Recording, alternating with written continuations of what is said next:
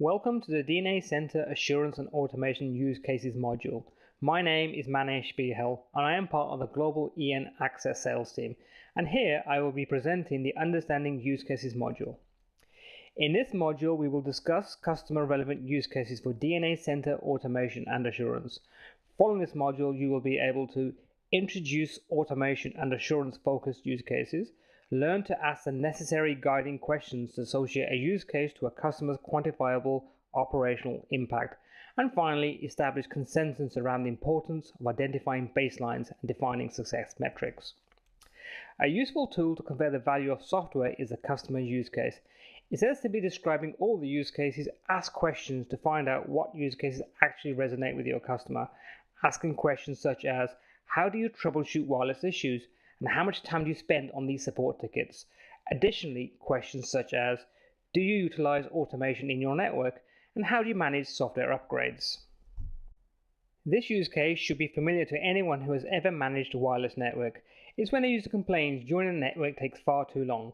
Use a whiteboard to walk through the typical steps that would be taken to troubleshoot this common situation. On the whiteboard, make a column for troubleshooting steps, then two additional columns, one for traditional network management and another for DNA, a digital ready architecture. In this scenario, let's just say there is a user experiencing an issue and after some time they finally report you to help desk. Step 1. User reports the issue to help desk. Agree on an amount of time and mark this number in the first column, leave the second column blank. Step 2. Troubleshoot the problem. Firstly, the help desk agent ensures they're using the correct password. Once they have validated they are in fact using the right password, they need to try and figure out if they can replicate the issue. Agree on an amount of time and mark this number in the first column. Again, leave the second column blank. Step 3. Replicate the issue. Studies done with our customers suggest that it typically takes a little more than an hour to replicate an issue. Agree on an amount of time and mark this number in the first column. Once more, leave the second column blank. Step 4. Perform analysis.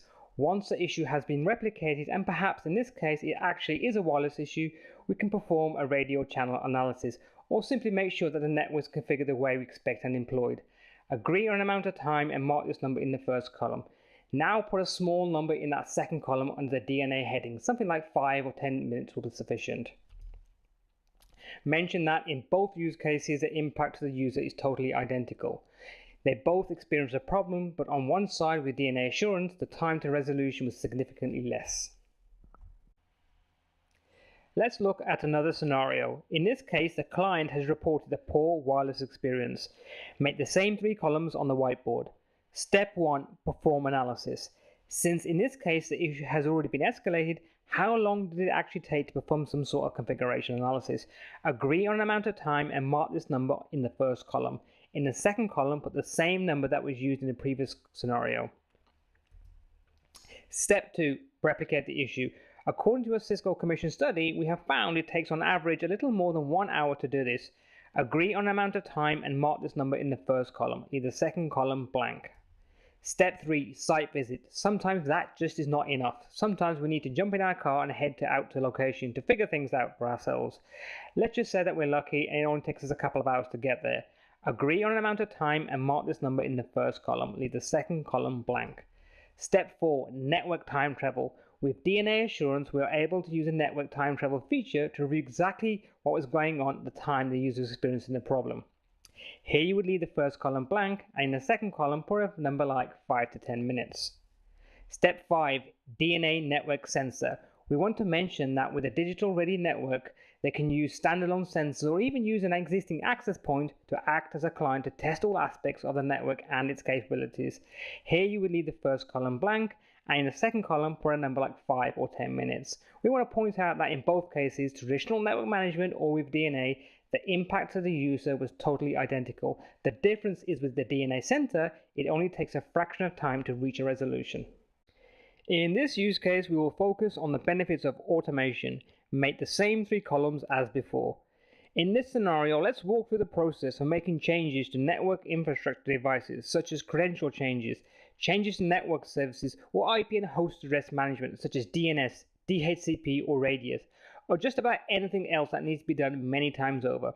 Step 1. update credentials. This is a necessary step as you need to have proper credentials to make changes. In some environments, this is a quick step. In others, it may take quite a while. Agree on an amount of time and mark this number in the first column. In the second column, you can put a much smaller number. This is because a digital-ready network management system would maintain correct credentials all the time. Step 2. Change network settings. How long would it take to make the change once? Agree on an amount of time and mark this number in the first column. Now, perhaps in the second column, you can put the same number, but mention that the graphical user interface is very intuitive and understands how to make complex changes based on intent. For example, applying QoS settings for voice and video endpoints.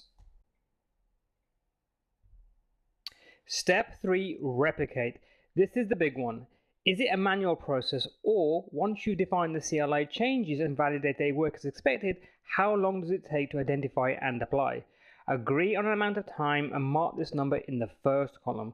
The second column needs only to be a few minutes long because a digital-ready network management system understands the intent of the configuration change and how to apply that change to various devices, even if that change is implemented differently, for example, a wired switch and a wireless LAN controller. Step 4. Verify update. How long does it take to validate changes and production availability? Agree on an amount of time and mark this number in the first column. The second column would be a similar number again. In fact, only a few minutes long as each device is validated as changes are made automatically. Point out that in both cases, traditional network management or with DNA, the impact to the network was totally identical. The difference is that with DNA Center, it takes only a fraction of the time because complex tasks are fully automated. Another aspect of automation is software image management for network devices. Make the same 3 columns as before. As networks get more complex, the library of software images gets bigger and quickly becomes a management burden. Step 1. Identify a golden software image. Where this may seem like a quick step, oftentimes it's not. And furthermore, devices of the same type may need to run different software images due to licensing or other reasons such as security. Agree on an amount of time and mark this number in the first column. In the second column, it may be okay to put the same number. However, you may mention that with DNA subscriptions, the licensing burden is nearly eliminated. Step 2. Deploy new software images. In this step, you would stage image files and get them loaded onto each network device. In many cases, this is an extremely manual process taking a lot of time. Agree on an amount of time and mark this number in the first column. In the second column, you can put a much smaller number, perhaps even a 0. This is because DNA Center understands what the device is and how it is licensed. It also knows what images to be used based on the device's purpose. Step 3. Perform network updates. As new images are needed for new features, how long does it take to perform network updates? Agree on an amount of time and mark this number in the first column. In the second column, you can put a much smaller number, perhaps even a 0. Why? Simple, because DNA Center understands what the device is, how it is licensed, and what images to be used based on the device's intended use. Step 4. Ensure software consistency. As time goes on, it's not uncommon for a number of devices to use one-off image versions for the purpose of troubleshooting, fixing bugs, or perhaps even security reasons. But how do you ensure you have deployed a trusted golden image across all the devices in the enterprise? Agree on an amount of time and mark this number in the first column.